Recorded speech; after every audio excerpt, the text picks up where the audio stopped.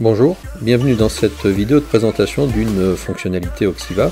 Aujourd'hui nous allons nous concentrer sur une fonctionnalité dédiée aux administrateurs d'Auxiva et nous allons voir comment sur un écran de société par exemple, nous avons la possibilité de renommer une information, de gérer les listes et de faire en sorte que l'information au niveau de la gestion des listes notamment puisse passer d'une entrée vers une autre. Alors concrètement comment ça se passe?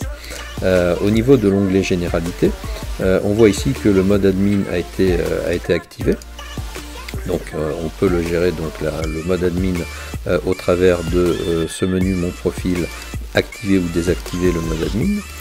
Cette fonctionnalité là bien sûr est réservée uniquement aux administrateurs du dossier Auxiva et on voit que nous avons deux éléments qui s'affichent et qui sont modifiables. Le premier c'est le nom du champ et le deuxième c'est l'implémentation de la liste qui va pouvoir s'afficher lorsqu'on va être en création ou en modification d'un élément et là en l'occurrence la gestion d'une société.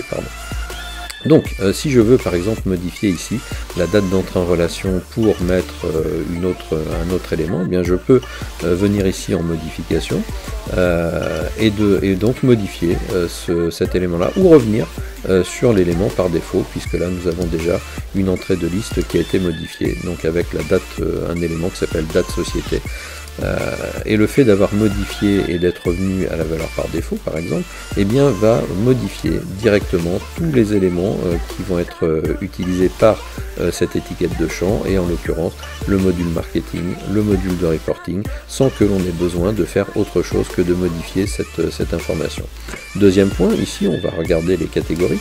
Donc au niveau de la catégorisation du client, eh bien on a la possibilité d'apporter de nouvelles entrées ou de modifier des entrées qui sont existantes.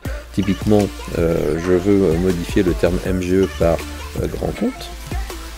Donc je fais ici l'entrée de l'information qui m'intéresse, grand compte. Je vais pouvoir ici ajouter cette nouvelle entrée de liste au niveau de ma liste existante.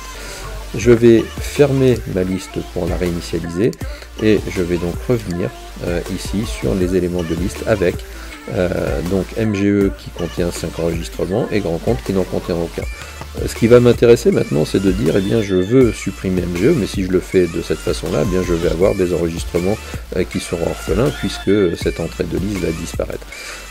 Donc pour réaffecter, eh bien, dans la partie inférieure de la fenêtre, j'ai un utilitaire qui me permet de dire, eh bien, l'ancienne valeur MGE, je vais la mettre désormais dans grand compte. Je vais valider, je réponds par oui.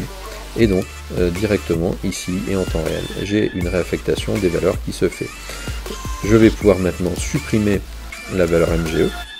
Et puisque je suis ici en ordre de liste manuel, eh bien, j'ai la possibilité de venir faire apparaître où je le souhaite cette entrée. Typiquement, je veux PME, PMI, grand compte qui se suivent.